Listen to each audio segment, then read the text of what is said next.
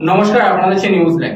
আরজিকর কাণ্ডের ঘটনার প্রতিবাদে বিজেপির ডাকা 12 ঘন্টা বন্ধের প্রভাব পড়ল করণদিঘিতে। টুঙ্গিদিঘি বাজার সহ ডালখোলা পথ অবরোধ বিক্ষোভ প্রতিবাদ বিজেপি কর্মীদের। জেলা সভাপতি অমিত শাহ বলেন, রাজ্য জুড়ে ধর্ষণ খুন ঘটে চলেছে, অবিলম্বে দোষীদের চিহ্নিত করে সাজা দিতে হবে।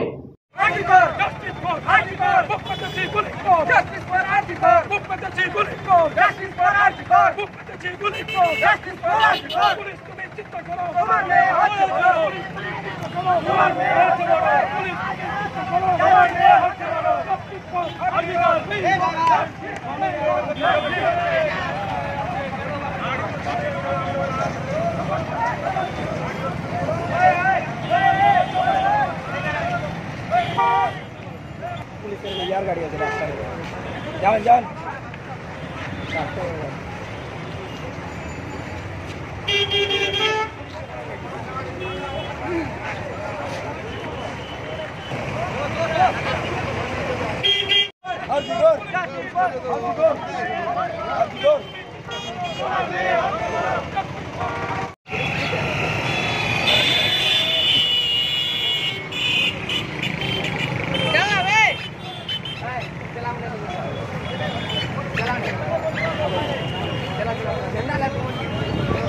चला